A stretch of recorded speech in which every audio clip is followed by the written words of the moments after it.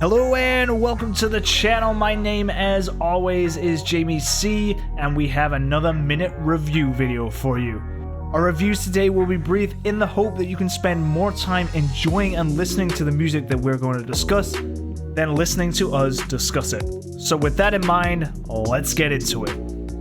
So we're kicking things off with Level Up by electronic producer Jaap, and this song is for anybody who enjoys 80s synthwave-esque electronic music. This single follows his debut EP, Power, which is a great collection of 4 songs which all express different elements of electronic sound. If you want to have a listen to that or just understand what that's about, follow the link at the top of this video. Level Up kicks off with an almost pop synth melody and an ever so sweet Spectrum sweep, which not only creates a great opening to this song, but allows Jaap to take us anywhere after that sweep is finished. Now, never underestimate how an effect sweep can be used to allow you to control a song. If you're not sure how to use it, just listen to the opening 10 to 20 seconds of this song and you'll understand how effective such a sweep can be. Now, from this sweep, Level Up builds an energy with a combination of digital notes and a growing synth sound in the background until around the 46-second moment when some 80s pop Welcome to Ibiza-esque synthwave style resonates across your speakers. This synthwave style is the main melody that is played throughout this track, but there are a lot of breakdowns and a lot of build-ups used by Jaap across his composition which bring the melody in and out. This not only makes the melody fresh every time you hear it, but it gives a lot of dynamism to the song. It also gives that whole idea that the song is constantly building back up again and in a sense is leveling up. There is also some digital beeps which remind us of leveling up in a video game, very similar to the sort of sound you may hear in the old Pokemon Blue and Red games if you're familiar. Now, while the digital beats may be impressive because it reminds us of something like that, which I think is the whole idea, the actual melody is perfect. It is very inviting, it seems familiar at times, but yet it's different. And the builds that are used across the song are the perfect length. They keep you away from the melody for such an amount of time that when it comes back in, you welcome it and you embrace it. Now, this song sits around about 130 beats per minute, so it's not going to blow you away as a fast-paced dance number, but it's fast enough for you to get lost into it and to enjoy and embrace it. We also think it's probably done in the key of E major, because there's a general positive atmosphere to this which you don't think you would get in a minor key signature.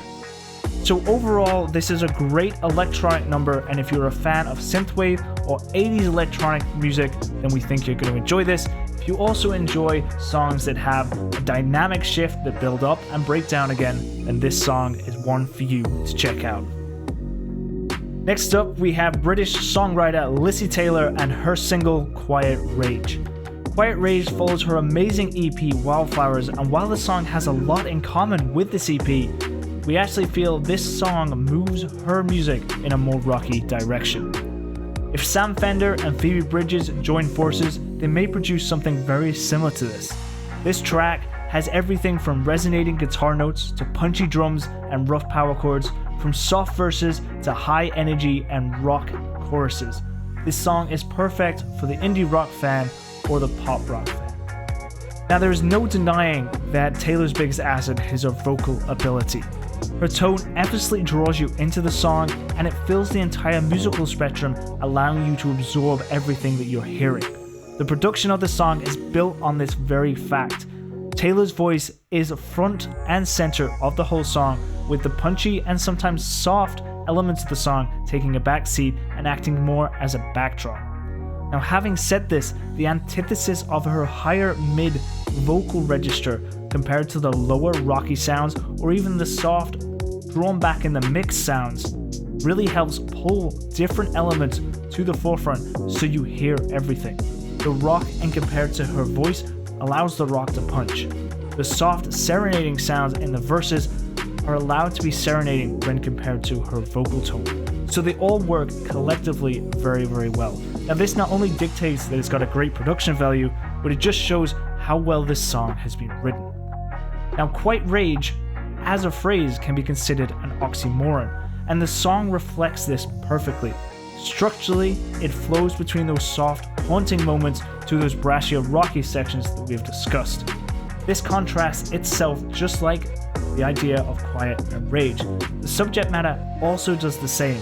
It discusses anger and locked up feelings and battling on whether you hide them or you bring them out into the open. So everything from the structure to the songwriting to the production all reflect the name of this song. So not only is it a well-named song, but it's a well-produced song.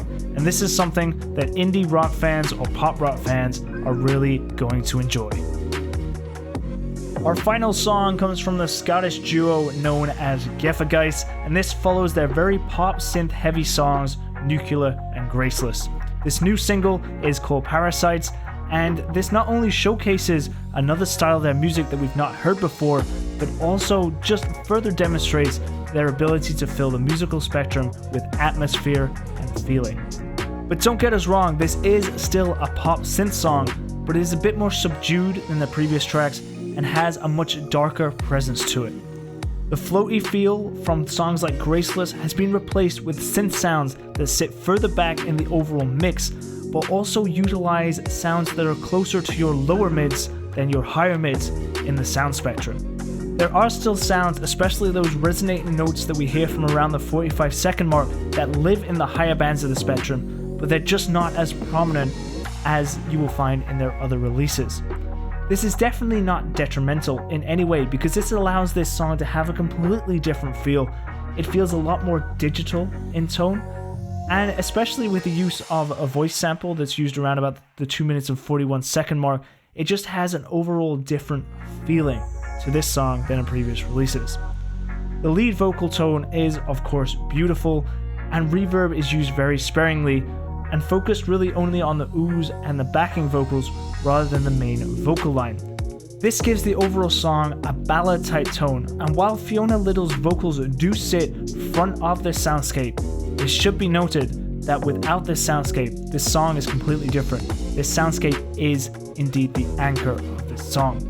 The fact that it takes almost a minute before we hear any of the vocal lines at the start of this song, which builds up this soundscape, just demonstrates how important it is to the integral character of this track. This soundscape fills the entire musical spectrum. There are many sounds from many places, there are resonances of notes and vocals everywhere, and it's the sort of thing that you can listen to and just absorb. It's a song you have to experience, and the soundscape is absolutely vital to you being able to experience that. Having said all this, the vocal line is still front and center, which allows you to listen to the song in a lyrical guise and therefore appreciate it for its songwriting as well. The one thing that we also wanted to say before we closed is the drum beat, which is very subtle in this song. It's pivotal because it helps drive this song forward because you don't notice it, but it helps as a moving mechanism to take you from point A all the way to the end. Now this song, as we just said, needs to be experienced just like every other song done by Gefahrgeist. This one is more subtle, it has a darker side to it in an atmospheric sense, but it is absolutely amazing in terms of composition, production, and songwriting. Now if this is an example of what Gefahrgeist are going to produce in the future, then we are very excited. So make sure you go and check this out along with the other songs which you have linked in the description, and of course let us know what you think of these songs. And there you have it, my friends, a very quick overview of 3 singles by 3 amazing artists. Please, as always, let us know what you think in the comments, and if you like reviews, then please consider subscribing to this channel and maybe giving this video a like if you liked it, and if you didn't, then give us a thumbs down and let us know in the comments why. Remember, you can always discuss any music with us at Elevate Reviews, or you can discuss some music with myself at the Jamie C on Twitter. If you're interested in a review, then please drop us an email, elevate@advosound.com, and we'll discuss what we can do for you. That is all we have time for on this video, so we'll catch you on the next one. Peace.